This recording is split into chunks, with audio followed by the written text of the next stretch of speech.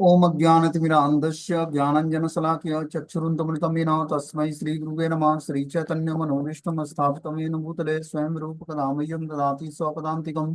वन्देऽहं श्रीगुरुं श्रीयुतपदकमलं श्रीगुरून् वैष्णवाचं श्रीरूपं साग्रजातं सगुणरघुनाथान्वितं तं सजीवं साद्वैतं सावधूतं परिजनसहितं कृष्णचैतन्यदेवं श्रीराधाकृष्णपादान् सगणललिता श्रीविशाखान्विताश्च नारायणं नमस्कृत्यं नरं चैव नरोत्तमं देवीं सरस्वतीं व्यासं ततो जयमुदीरये। सुनुमतां स्वकथा कृष्ण पुण्यश्रवणकीर्तनं हृदयन्तस्त्रीभद्राणि विधनोति सुरसतां नष्टप्रायेषु भद्रेषु नित्यं भागवत सेव्या भगवती उत्तम श्लोके भक्तिर्भवति नैष्टिकी तदा रजस्तमो भाव कामलोभादेश्चेत् एते निरावृत्तिं स्थित सत्त्वे प्रसिद्धति। एवं प्रसन्न मनसो भगवत भक्ति योगता भगवत तत्व विज्ञान मुक्त संगस्य जायते विद्यन्ते हृदय ग्रंथि छिद्यन्ते सर्वसंशयं क्षीयन्ते चास्य कर्माणि दृष्ट्वा एव आत्मनीश्वरे जन्माद्यस्य यतो अन्यतो विज्ञेश्वरात् तेने ब्रह्म हृदय आदि कवये मुह्यन्ति यति सूर्यो तेजो वारिमिदा यथा विन्मयो यत्रं त्रिसर्गं स्वां धाम्ना स्वेन सदा निरस्तकूकं सत्यं परम धीमहि धर्म प्रोजितो कैटको वनत्रो परमो निर्मस्राणं सतां वेद्यं वास्त्रमत्रवस्तु सिद्धं तात्रयमूर्णं श्रीमद्भागवतं प्रमाण अमलं प्रेमोपमार्थो महान श्री चैतन्य महाप्रभु मतमिदं तत्रादरुणापर सच्चिदानंद रूपाय विशुद्धत्वत्ति हेतवे तापत्रय विनाशाय श्रीकृष्णाय वयं नमः। संसार सागरे मग्नं दीनं वा करुणानिधि कर्मग्रह वृत्तांगं मामुद्ध भवाड्वा श्रीमद्भागवतम् आख्यानं प्रत्यक्षं कृष्णे हि स्वीकृतवस्मयानाथं मुक्तर्थं भवसागरे भवे भवे यथा भक्ति पादुस्तव जायते तथा कृष्ण देशस्य नाथोस्तु नोहितं प्रभु नाम संकीर्तनं यस्य सर्व पापं प्रणाशनं प्रणामो दुःखशमनं तं नमामि हरिप्रं श्रीमद्भागवतं प्रमाण अमलं प्रेमोपमार्थो महान श्री चैतन्य महाप्रभु मद्मिदं तत्रादरुणा पर कृष्णाय वासुदेवाय हरे परमात्मने प्रणतक्लेशनाशाय गोविन्दाय नमो नमः। हे कृष्ण करुणा सिंधु दीनबंधु जगत्पते गोपेश गोपिका कांत राधा कांत नमस्तुते।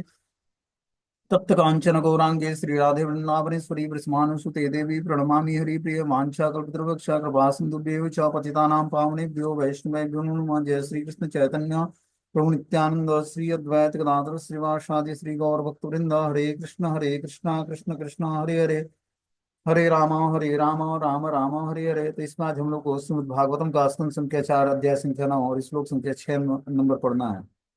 बोलते हैं ध्रुव उवाच यो अंतम प्रविश्य मम वाचमिमां प्रसुप्तां संजीवयत अखिल शक्ति धरम स्वधाम्ना अन्यास्य हत्य चरण श्रवणात् गादिनं प्राणा नमो भगवते पुरुषाय तुभ्यम।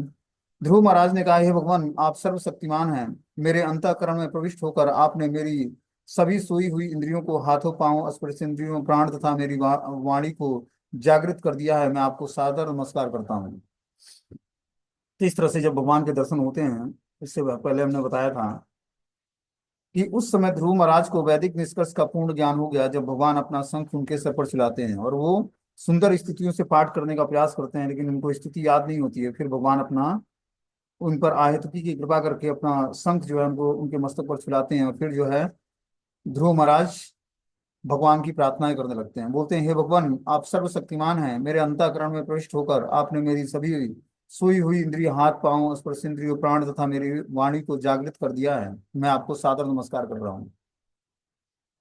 बोलते हैं, ध्रुव महाराज सहज ही अनुमान लगा सके कि आत्म साक्षात्कार कर दें और साक्षात भगवान को देखने के पूर्व और पश्चात उनकी जो भी स्थिति थी उसमें कितना अंतर था। उन्हें अनुभव हुआ कि उनके प्राण तथा कार्य सुसुप्त अवस्था में थे। जब तक मनुष्य आध्यात्मिक स्तर पर नहीं पहुंचता, उसके शरीर के अंग तथा उसका मन अन्य अनुभव सोए हुए समझे जाते हैं। जब तक मनुष्य आध्यात्मिक स्तर पर नहीं पहुंचता, उसके शरीर के अंग, उसका मन तथा अन्य अवयव सोए हुए समझे जाते हैं। जब मनुष्य आत्म दशा को प्राप्त नहीं होता, तब तक उसके सारे कार्य मृत व्यक्ति के कार्य या प्रेत कार्य समझे जाते हैं। हम देखते हैं कि जो है हमारी चेतना जो है सुसुप्त अवस्था में होती है। सुसुप्त अवस्था मतलब तमोगुण की वृत्ति धारण की होती है। जब हम धीरे धीरे आध्यात्मिक जीवन में आगे बढ़ते हैं और आध्यात्मिक स्तर को प्राप्त कर लेते हैं, तब जाकर हमारी वो सुसुप्त चेतना जागृत होती है। सुसुप्त चेतना के कारण ही हम भगवान से विमुख हो जाते हैं।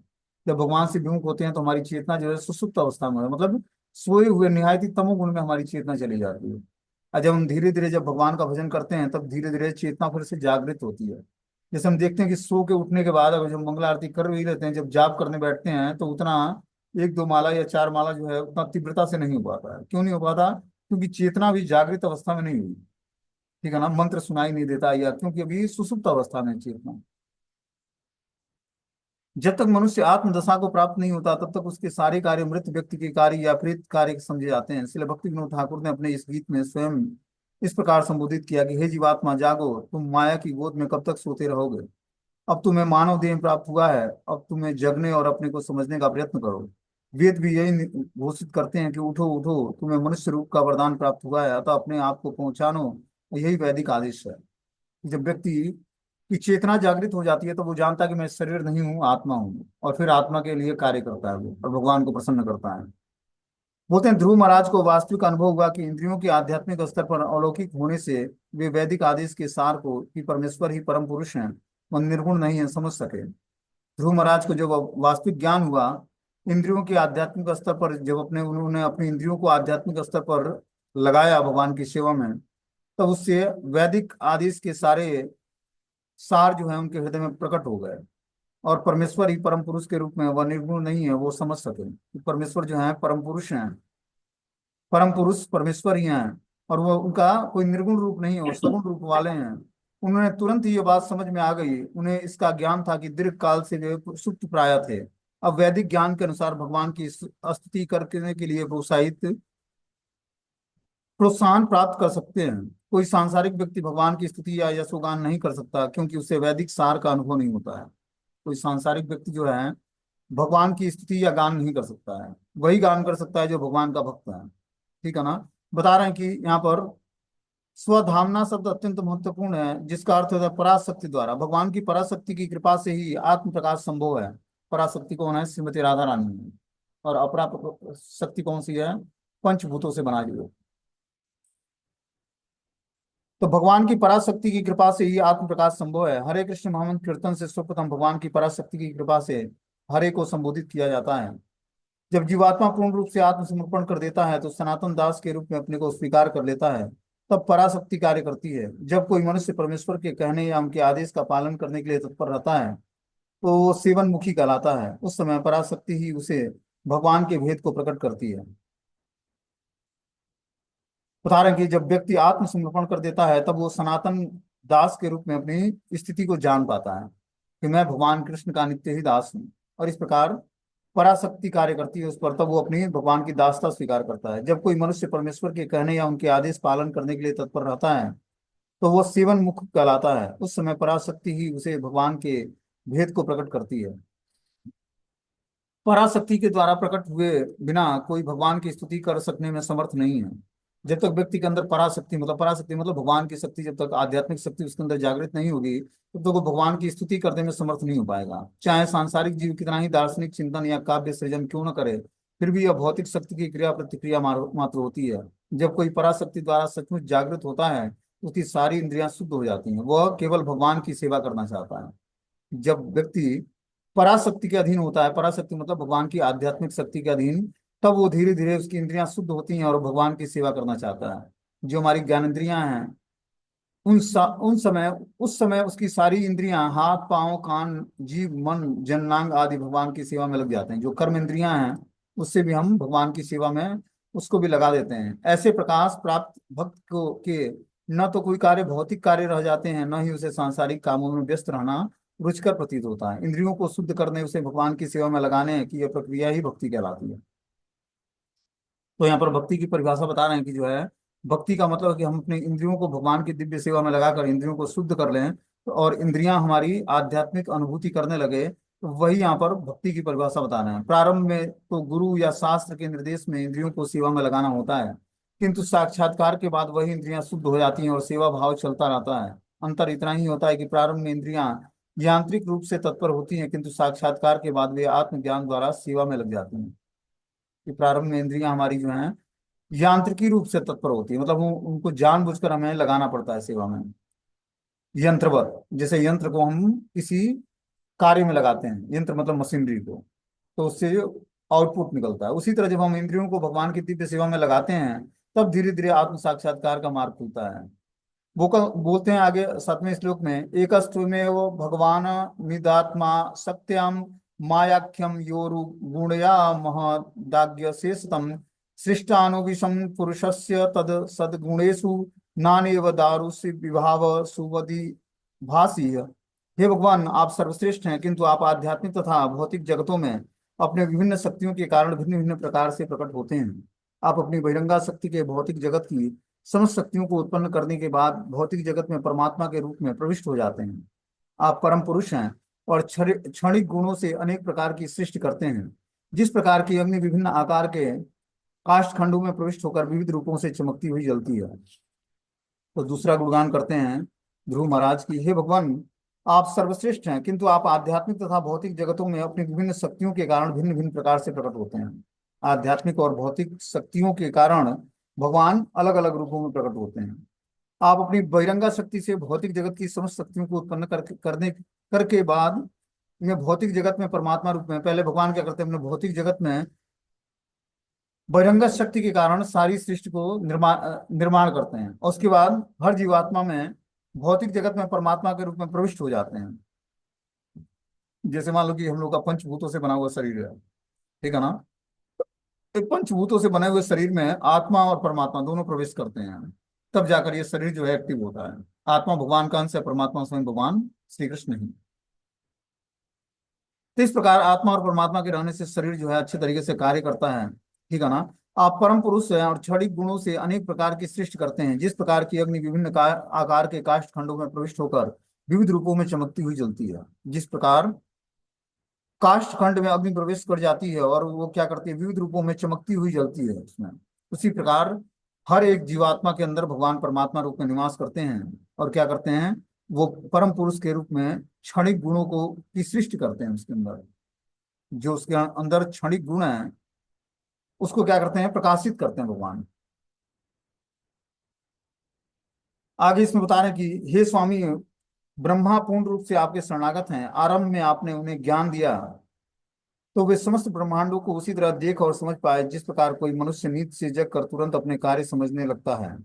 आप मुक्ति कामी समस्त पुरुषों के एकमात्र आश्रय हैं और आप समस्त दीन दुखियों के मित्र हैं। अतः पूर्ण ज्ञान से युक्त विद्वान पुरुष आपको किस प्रकार भूल सकता है। क्या बोलते हैं यहाँ पर कि तद्दत्याम वयु नैद्यमचष्ट विश्वम सुप्तम प्रबुद्ध युवनाथ प्रवत्य प्रपन्नम तस्यापवर्ग शरणम तव पादमूलम विस्मर्यते कित विदा कथमात बंधो। हे स्वामी, ब्रह्मा पूर्ण रूप से आपके शरणागत हैं। जो ब्रह्मा है सृष्टि के प्रथम निर्माण करता, वो क्या है, परम पुरुष को शरणागत हैं। आरंभ में आपने उन्हें ज्ञान प्रदान किया, वे समस्त ब्रह्मांडों को उसी तरह देख और समझ पाए जिस प्रकार कोई नींद से जग कर तुरंत अपने कार्य को समझने में लग जाता है। भगवान पहले शुरुआत में उनको ब्रह्मांड के उत्पत्ति के लिए क्या करते हैं, शक्ति प्रदान करते हैं, और इस प्रकार शक्ति और ज्ञान प्रदान करके जिस प्रकार एक मनुष्य नींद से जग कर तुरंत अपने कार्य को समझने में लग जाता है, उसी तरह ब्रह्मा जी ब्रह्मांड को उसी तरह देख और समझ पाए। बता रहे हैं आप मुक्ति कामी समस्त पुरुषों के एकमात्र आश्रय हैं और आप समस्त दीन दुखियों के मित्र हैं। भगवान क्या हैं, जो मुक्ति चाहता है उसके मात्र एक आश्रय हैं, क्योंकि मुक्तिदाता भगवान श्री कृष्ण ही हैं। उनका नाम है मुकुंद। मुकुंद मतलब जो मुक्ति प्रदान करने वाले भगवान है। मुक्ति क्या होती है, पाप कर्मों से छूटकर भगवान की प्रेममय सेवा में अपने को इंगेज कर लेना, उसी को मुक्ति बोलते हैं। तो मुक्ति देने वाले स्वयं मुक्तिनाथ भगवान मुकुंद हैं। आप समस्त दीन दुखियों के मित्र हैं, अतः पूर्ण ज्ञान से युक्त विद्वान पुरुष आपको किस प्रकार भूल सकता है। तो जो पूर्ण ज्ञान में स्थित विद्वान पुरुष है, पूर्ण ज्ञान मतलब आध्यात्मिक ज्ञान में जो स्थिर है, वही पूर्ण ज्ञान को धारण करता है, आपको किस प्रकार भुला सकता है। बोलते हैं शरणागत भक्त भगवान को क्षण भर के लिए भी नहीं भूलते। भक्त जानता है कि भगवान की आयतकी की कृपा से उसके अनुमान से परे हैं। वह नहीं समझ पाता कि भगवत कृपा से वह कितना लाभ उठा रहा है। जो भक्त जितना ही भगवत भक्ति में अनुरक्त रहता है, उसे भगवत भक्ति में से उतना ही प्रोत्साहन मिलता है। भगवत गीता में भगवान कहते हैं कि जो प्रेम तथा स्नेह से भगवान की भक्ति में निरंतर लगे रहते हैं, उन्हें भगवान अंदर से बुद्धि प्रदान करते हैं और इस तरह से वे और अधिक उन्नति कर सकते हैं। इस प्रकार प्रोत्साहन पाने के कारण भक्त भगवान को क्षण भर के लिए भी नहीं भूल सकता है। वह उनका सदैव कृतज्ञ रहता है। उनकी कृपा से उसे अधिकाधिक भक्ति करने की शक्ति प्राप्त होती है। क्या बोलते हैं यहाँ पर तात्पर्य में कि जो भक्त शरणागत है, वह क्षण भर भी भगवान को नहीं भूलता है। शरणागत भक्त जो है भगवान को क्षण भर के लिए भी नहीं भूलता है, क्योंकि शरण दिए हैं भगवान उसको और उसने शरण भगवान के लिए हुई है। इस कारण से वो एक क्षण भी भूलता नहीं उनको। भक्त जानता है कि भगवान की आहितकी की कृपा से उसके अनुमान से परे हैं। वह नहीं समझ पाता कि भगवत कृपा से वो कितना लाभ उठा रहा है। जो भक्त जितना ही भगवत भक्ति में अनुरक्त रहता है उसे भगवत भक्ति में उतना ही प्रोत्साहन मिलता है। हम जितना ही भगवत भक्ति में लगे रहेंगे उतना ही हमें भगवान प्रोत्साहित करेंगे कि और तुम आगे बढ़ो। ठीक है ना। देखो भगवान क्या करते हैं, अगर जो जीवात्मा भक्ति करने का प्रयास करता है तो भगवान उसको अपना स्मरण दिलाते हैं, लेकिन जब जीवात्मा भगवान को भूलने का प्रयास करता है, ठीक है ना, भगवान से डिस्टेंस मेंटेन करना चाहता है, तो भगवान उससे और दूर चले जाते हैं और भगवान अपना याद भी उसको भुलवा देते हैं। इसीलिए हमें भगवान से हमेशा प्रेयर्स करना चाहिए, प्रार्थनाएं करनी चाहिए कि भगवान हमें आपका सदैव स्मरण बना रहे। इसके लिए हमें क्या करना पड़ेगा, ये हम बता रहे हैं कि शरणागत होना पड़ेगा भगवान के लिए, कि कृष्ण को हमें हम स्मरण कर सके हमेशा 24 घंटे। Always remember Krishna, never forget Krishna, मतलब हमेशा कृष्ण को याद रखें, कृष्ण को कभी ना भूलें। तो ये स्थिति कब प्राप्त होगी, जब हम भगवान की शरण ग्रहण करेंगे। भगवान की शरण कैसे ग्रहण करेंगे, जब हम नाम जप करेंगे, कथाओं का श्रवण करेंगे, तब हम धीरे धीरे भगवान के शरणागत होंगे। अभी हम हमारी चेतना अलग अलग चीजों में शरणागत है, ठीक है ना, धन में, परिवार के जनों में, आस पड़ोस के लोगों में, विवाह फंक्शन, जन्म उत्सव में, उस सब जगहों से हटाकर कृष्ण में लगाना है। वो कैसे लगेगा, सारे उत्सवों को सेलिब्रेट करते हुए, सबके साथ रहते हुए, सबको कृष्ण भावना भावित नजरिए से देखना पड़ेगा और सबको कृष्ण से जोड़ना पड़ेगा, को रिलेट करना होगा सबको भगवान से।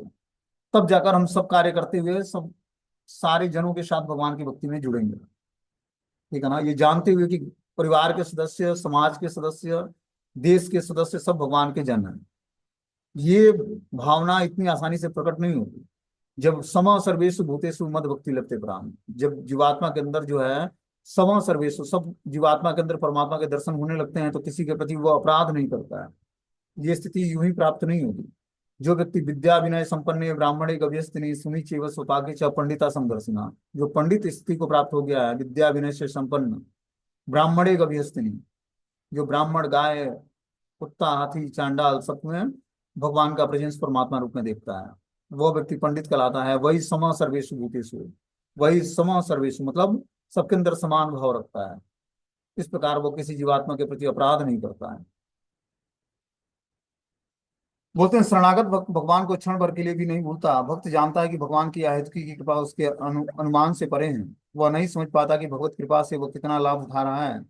जो भक्त जितना ही भगवत भक्ति में अनुरक्त रहता है उसे भगवत भक्ति में से उतना ही प्रोत्साहन मिलता है। जितना ही हम भगवत भक्ति में लगे रहेंगे उतना ही हमें भगवत भक्ति क्या करेगा, प्रोत्साहन दिलाएगा कि और तुम आगे बढ़ो और अच्छे तरीके से भक्ति करने का प्रयास करो।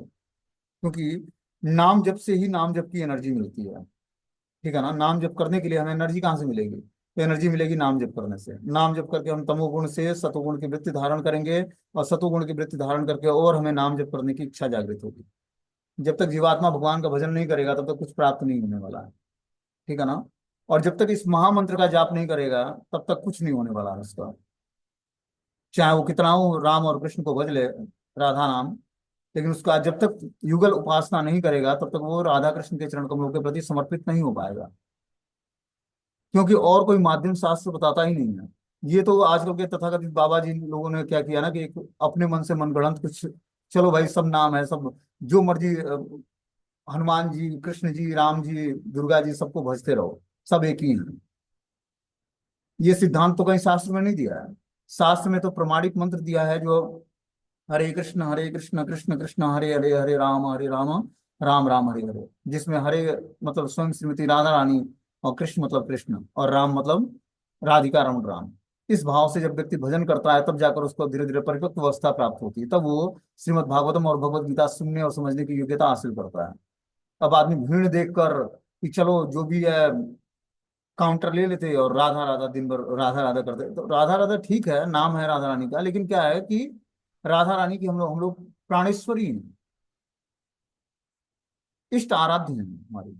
उनका नाम जो है बहुत ही पवित्रता से और जो है बहुत ही मर्यादित तरीके से लेना है। ऐसा नहीं है कि ऑर्डिनरी तरीके से बस राधा राधा करते रहो तो सब कुछ प्राप्त हो जाएगा। ये तो कहीं शास्त्र में तो लिखा नहीं है।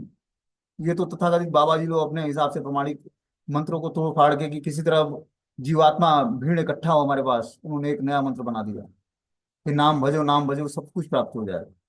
अब क्या प्राप्त होगा, 2-4 महीने वैराग्य जगता है, उसके बाद भाग खड़े होते हैं वृंदावन से, वैराग्य खत्म हो गया। क्योंकि प्रमाणिकता नहीं थी उसमें।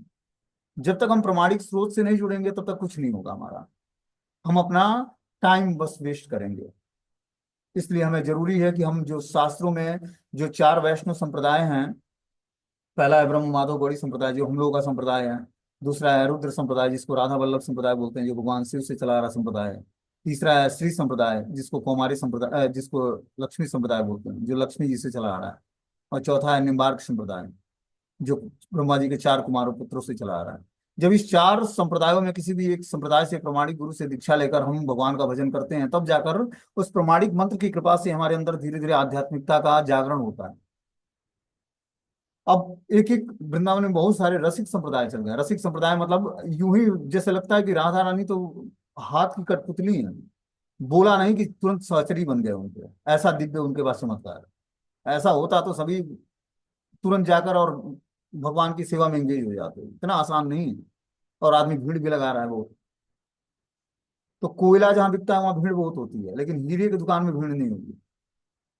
हीरा कठोर ठोस भी होता है और महंगा भी होता है। तो ये महामंत्र जाप करने की सबको शक्ति भगवान प्रदान नहीं करते हैं। ये तो जो इच्छा जाहिर करेगा वही जाप कर पाएगा। जिस पर चैतन्य महाप्रभु की कृपा नहीं होगी वो नाम भजन नहीं कर सकता है। और चैतन्य महाप्रभु की कृपा तभी होगी जब हम पंच तत्वों की शरण ग्रहण करेंगे। जय श्री कृष्ण चैतन्य प्रभु नित्यानंद श्री अद्वैत गदाधर श्रीवास श्री गौर भक्तवृंद। जब इस मंत्र का उच्चारण करेंगे तब जाकर हमें नाम भजन करने की शक्ति प्रदान करेंगे ये पंच तत्व। क्योंकि पंच तत्वात्मकम कृष्णम भक्त रूप स्वरूपकम भक्तावतारम भक्ताख्यम नमामि भक्ति शक्तिकम। ये पंच तत्व जो हैं, कोई भक्त रूप में है तो कोई भक्त शक्ति के रूप में है। इस प्रकार हमें इस पंच तत्वों से प्रेयर करना पड़ेगा, तब जाकर श्री कृष्ण भजन हो पाएगा। बिना श्री कृष्ण भजन हुए श्रीमती राधा रानी को हम इंडिविजुअल भज कर भगवत प्राप्ति नहीं कर सकते हैं। क्योंकि राधा रानी अपने नाम से प्रसन्न नहीं होती, जितना व्यक्ति कृष्ण के नाम को लेता है तो वो प्रसन्न होती है, क्योंकि वो स्वयं कृष्ण को ग्लोरीफाई करते हैं। इसलिए हमें प्रमाणिक शास्त्रों को मानना पड़ेगा, न कि किसी तथाकथित बाबाजी लोगों को फॉलो करना पड़ेगा, जो हमारे ही शास्त्र लेते हैं और उसको तोड़ मरोड़ कर क्या करते हैं, लोगों के सामने प्रस्तुत करते हैं। तो ऐसे चीजों से हमें बचना पड़ेगा। तब जाकर हम धीरे धीरे श्रीमद् भागवतम और भगवत गीता के अनुसार जीवन जीना शुरू करेंगे, तब जाकर धीरे धीरे भक्ति का मार्ग खुलेगा हमारा। बोलते हैं शरणागत भक्त भगवान को क्षण भर के लिए भी नहीं भूलते। भक्त जानता है कि भगवान की आहितकी की कृपा उसके अनुमान से परे है। वह नहीं समझ पाता कि भगवत कृपा से वह कितना लाभ उठा रहा है। जो भक्त जितना ही भगवत भक्ति में अनुरक्त रहता है उसे भगवत भक्ति से उतना ही प्रोत्साहन मिलता है।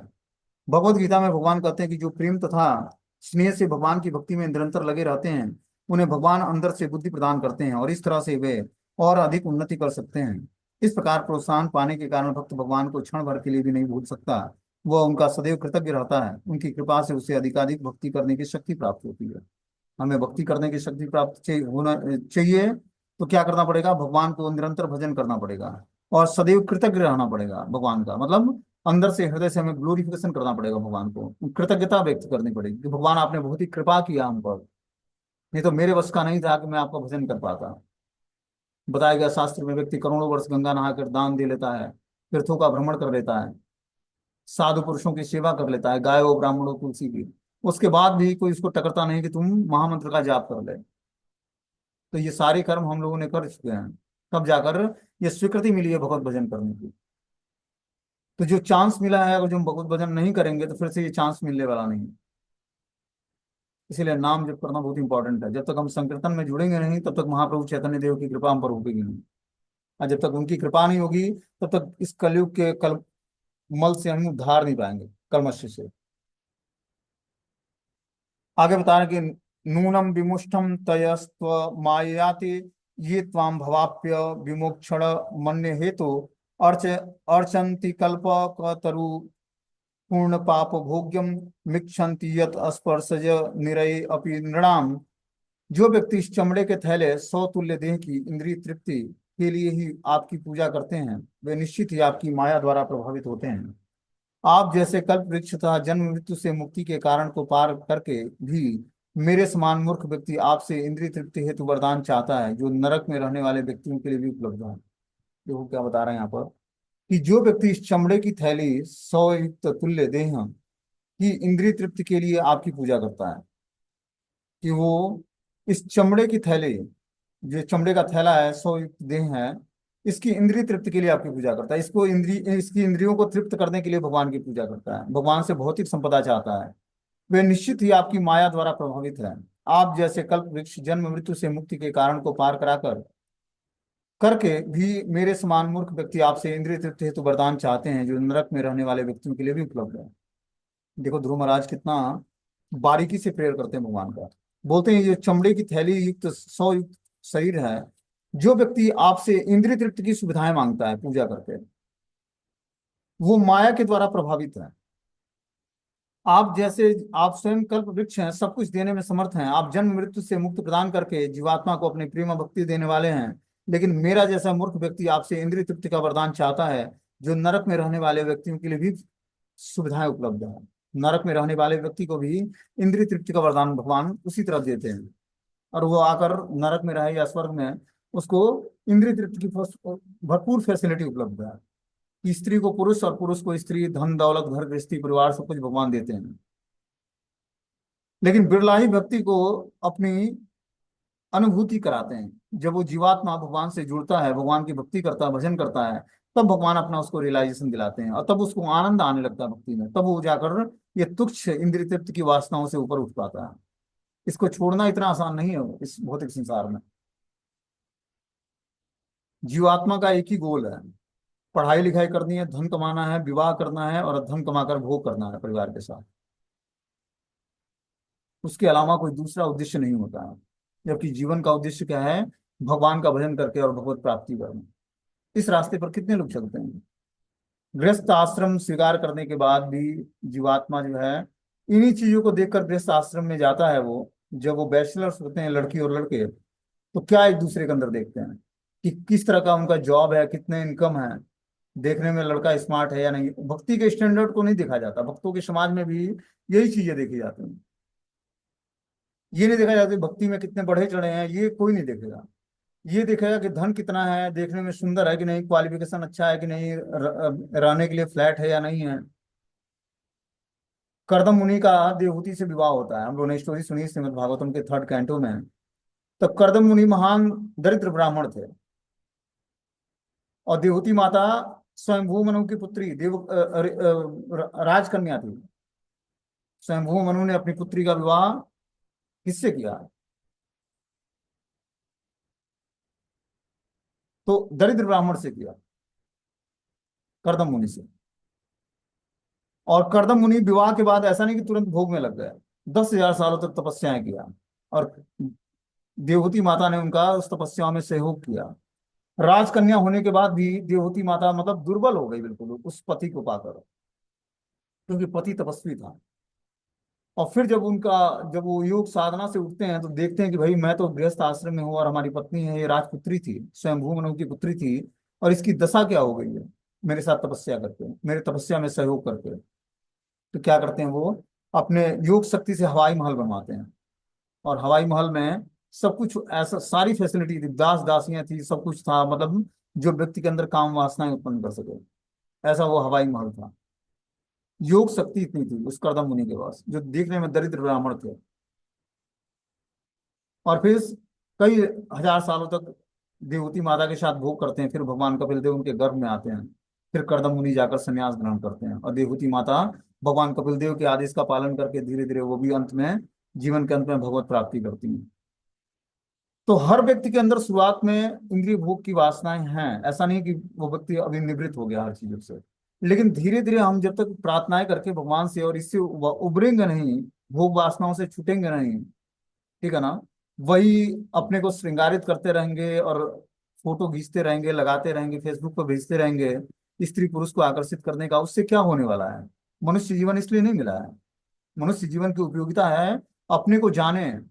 आज मनुष्य शरीर में है, शरीर स्वस्थ है, आज चेहरे पे झुर्रियां पड़ जाएं, बाल गिरने लगे, सफेद वो हो जाए, बाल सारे सफेद हो जाएं, ठीक है ना, तो कौन सी सुंदरता बचेगी? ये सुंदरता बस कुछ दिनों की मेहमान है बस। इसीलिए अपने शरीर के जो आत्मा है उसका प्रकाश जागृत करना है भगवान का नाम जप करके। तब आप चलते फिरते नव यौवनम च, जीवन के अंत तक नौ यौवन शरीर रहेगा। और जो भजन नहीं करोगे तो कुछ होने वाला, हाथ नहीं लगने वाला है। बस वही हाथ लगेगा कि जब तक शरीर स्वस्थ है, मल मूत्र का भांड ये, तब तक उसको सजा लो पूरा। और उसके बाद फिर वही अचलस्त अवस्था में, ना आंख से दिखाई देगा, गाल धस जाएगा, सारे दांत गिर जाएंगे, बाल पक जाएगा, चमड़ियां झुलस जाएंगी सब। तो जीवन यूं ही व्यर्थ चला जाएगा हमारा। इसीलिए इतने सारे शास्त्र व्यास देव ने लिखे हैं कि जीवन की वास्तविकता से वाकिफ हो जाओ और भगवत मार्ग अपना लो, भगवान का भजन कर लो। जितना ही व्यक्ति शरीर को सजाने में लगेगा, उतना ही भगवान से विमुख होता जाएगा। क्योंकि शरीर जो है मल मूत्र का भांड, इसको सजाकर करोगे भी क्या? चमड़ी हटाकर देखो, इसमें रक्त और मल मूत्र और पीप है, इसमें मवाद भरा हुआ है, मांस है इसमें, घिनौना है शरीर। बस ऊपर से भगवान ने एक पेंट चढ़ा दिया हुआ है। तो ये कहीं गोरी चमड़ी तो कहीं काली चमड़ी, चमड़ी, बस चमड़ी का अंतर है। इसीलिए भगवान ने भगवत गीता का ज्ञान दिया कि ज्ञान सुनकर जानो कि हमारा जीवन का उद्देश्य क्या है। अपने कीमती और बहुमूल्य समय को शरीर को सजाने में मत लगाओ। शरीर एक मंदिर है, इससे भगवत भजन करने की फैसिलिटी जागृत करो। ये जितना ही दिव्य तपस्याएं करोगे, उतना ही ये निखर के सामने आएगा। भक्त लोगों को दुनिया भर के श्रृंगारित सामानों का प्रशासन, जो श्रृंगार प्रसाधन के सामान है, उसको यूज करने की आवश्यकता नहीं है। साबुन लगाकर स्नान करना है शुद्ध जल से। गंगे च यमुने च गोदावरी नर्मदा सिंधु कावेरी जले प्रविश्यामि। और हरे कृष्ण महामंत्र करते हुए, भगवान का के चरण कमलों का ध्यान करते हुए एक एक मग सर पर गिराए हैं, ऑटोमेटिक ये पूरा शरीर जो है पवित्र हो जाएगा और सुंदर हो जाएगा, देवतुल्य हो जाओगे। जितना ब्यूटी पार्लर में 10,000 रुपये 20,000 रुपये खर्चा करके श्रृंगारित होते हैं, उससे कहीं ज्यादा श्रृंगार भगवान के नाम का जप करके और भगवान का ध्यान करते हुए एक एक मग से स्नान करो, गले में तुलसी की माला पहनो, ऑटोमेटिक पूरा शरीर सुंदर हो जाएगा, दिव्यता आ जाएगी उसमें। आपके दर्शन करने मात्र से लोगों के अंदर काम वासनाएं भाग जाएंगी। अभी हम श्रृंगारित करते हैं अपने को, तो लोगों के अंदर काम वासनाएं जागृत होती हैं। जब भगवान को श्रृंगारित करेंगे और भगवत नाम का जप करते हुए अपने को नहाएंगे, स्नान करेंगे, भगवान की सेवा के लिए पवित्र होंगे, तो इस शरीर के दर्शन करने मात्र से सबके अंदर पवित्रता आएगी, सबको भगवान कृष्ण का स्मरण होगा। ऐसी स्थिति प्राप्त करनी है, चाहे वो स्त्री शरीर में हो या पुरुष शरीर में, कोई भी ये स्थिति प्राप्त कर सकता है। तो ये स्थिति हमें प्राप्त करनी है, न कि अपने को शरीर सजाने में पूरा जीवन लगा देना है, बेकार के कार्य हैं। इस शरीर उसी तरह सज जाएगा जब आप कृष्ण को सजाओगे। जब महामंत्र का जाप करोगे तो महामंत्र ऐसी एनर्जी उत्पन्न करता है कि व्यक्ति का शरीर, क्या आत्मा का वास्तविक प्रकाश उसके चेहरे पे आने लगता है।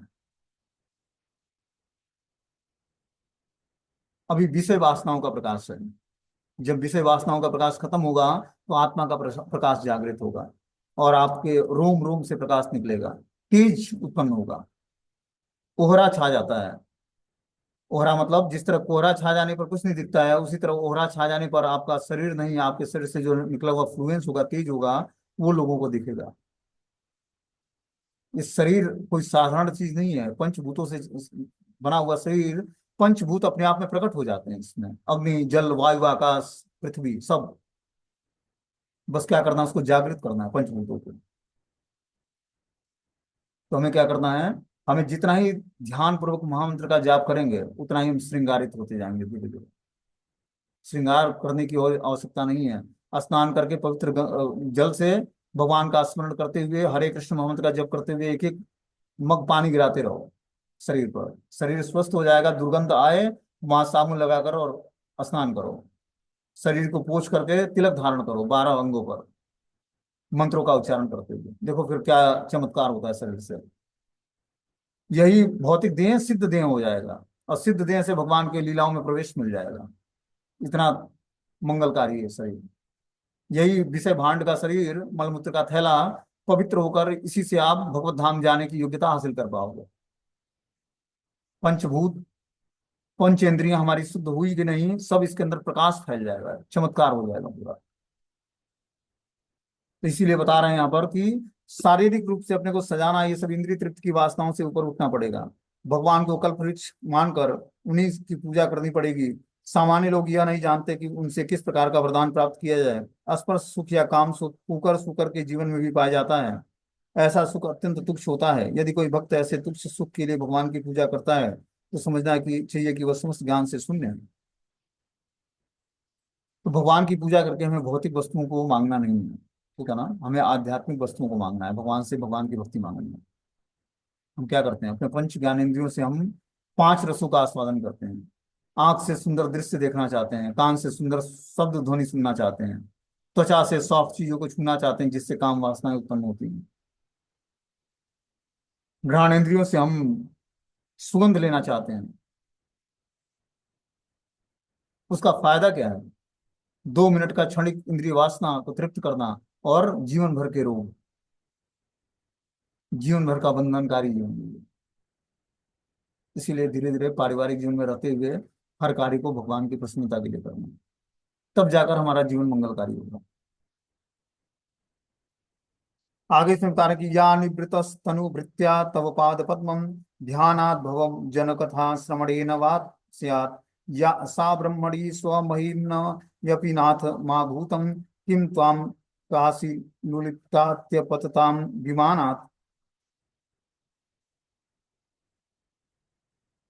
हे भगवान, आपके चरण कमलों के ध्यान से या शुद्ध भक्तों की आपकी महिमा का श्रवण करने से जो दिव्य आनंद प्राप्त होता है वह उस ब्रह्मानंद अवस्था से कहीं बढ़कर है जिससे मनुष्य अपने को निर्गुण ब्रह्म से तदाकार हुआ सोचता है। तुम ब्रह्मानंद भी भक्ति से मिलने वाले दिव्य आनंद से परास्त हो जाता है। अतः उस क्षणिक आनंदता का क्या कहना जिसमें कोई स्वर्ग तक पहुंच जाए और जो काल रूपी तलवार के द्वारा विनष्ट हो जाता है। भले ही कोई स्वर्ग तक क्यों न उठ जाए, काल क्रम में वह नीचे गिर जाता है। क्या बोलते हैं यहाँ पर कि हे भगवान, आपके चरण कमलों का ध्यान या शुद्ध भक्तों से आपकी महिमा का श्रवण करने से जो दिव्य आनंद प्राप्त होता है, भगवान के चरण कमलों का ध्यान करने से और भगवान के शुद्ध भक्तों से भगवान की महिमा का श्रवण करने से जो दिव्य आनंद प्राप्त होता है वो उस ब्रह्मानंद से भी बढ़कर है। जो व्यक्ति ब्रह्म में आनंद खोजता है उससे बढ़कर भगवान के श्रवण और भगवान के चरण कमलों के ध्यान में है, जिससे मनुष्य अपने को निर्गुण ब्रह्म से तदाकार हुआ सोचता है। जब वो ब्रह्म का ध्यान करता है तो भगवान के शरीर से निकला हुआ तेज जो है उसमें वो तदाकार होना चाहता है। क्योंकि ब्रह्मानंद भी भक्ति से मिलने वाले दिव्य आनंद से प्राप्त हो जाता है। अतः उस क्षणिक आनंदमयता का क्या कहना जिसमें कोई स्वर्ग तक पहुंच जाए और काल रूपी तलवार के द्वारा विनष्ट हो जाए। भले ही कोई स्वर्ग तक क्यों न उठ जाए, काल क्रम से वो नीचे गिर जाता है। तो जब तक हम श्रवण कीर्तन नहीं करेंगे, ब्रह्मानंद की भक्ति मतलब ब्रह्म में तदाकार होने की भक्ति हम करेंगे, तो वहां से भी व्यक्ति का पतन हो जाता है। ब्रह्मानंद में मतलब भगवान के शरीर से निकला हुआ जो तेज होता है, कुछ लोग ब्रह्म ज्योति का ध्यान करते हैं। तो ब्रह्म ज्योति भगवान के शरीर से निकला हुआ तेज है। उसमें व्यक्ति स्टार की भांति जाकर मिल जाता है उसमें, और एक अलग ही स्टार की भांति चमकता रहता है। वहां से भी कई जीवात्माओं का पतन हो जाता है, फिर से वो मृत्यु लोक में आ जाते हैं। इसलिए हमें भगवान की उपासना करके भगवान के धाम जाना है, न कि ब्रह्म ज्योति में समाना है। बोलते हैं श्रवणम कीर्तनम द्वारा भक्ति से जो दिव्य आनंद प्राप्त होता है उसकी तुलना कर्मियों द्वारा स्वर्ग प्राप्ति से होने वाले सुख या ज्ञानियों अथवा योगियों द्वारा निर्गुण परम ब्रह्म से तदाकार से प्राप्त सुख से नहीं हो जाता। योगी सामान्यतः विष्णु के दिव्य रूप का ध्यान धरते हैं, किंतु भक्त जन न केवल उनका ध्यान करते हैं वरना उनकी वास्तविक सेवा में लगे रहते हैं। इस प्रकार हमें क्या करना पड़ेगा, श्रवणम कीर्तनम करके दिव्य आनंद की प्राप्ति करने के लिए हमें भगवान की दिव्य सेवा करनी पड़ेगी। विष्णु के दिव्य ध्यान के साथ साथ उनकी दिव्य सेवा करनी पड़ेगी। जैसे जो कर्मी या ज्ञानी होते हैं वो स्वर्ग प्राप्ति या निर्गुण ब्रह्म से तदाकार होने के लिए सुख प्राप्त करने के लिए लगे होते हैं कि हम लोग निर्गुण निर्गुण निर्गुण परम ब्रह्म मतलब निर्गुण परम ब्रह्म मतलब जो बिना आकार के हैं उस परम ब्रह्म में वो समाना चाहता है। जो निराकार ब्रह्म है वो निराकार ब्रह्म का ध्यान करता है कि भगवान निराकार है, उनका कोई आकार नहीं है। एक ज्योति जला लेगा उसी का ध्यान, भगवान यही है, ज्योति है, परम ब्रह्म है, यही परम ब्रह्म है। और हम लोग भगवान के साकार रूप की पूजा करते हैं, ठीक है ना। तो साकार रूप की पूजा ही सर्वश्रेष्ठ पूजा है। इससे धीरे धीरे ब्रह्म परमात्मा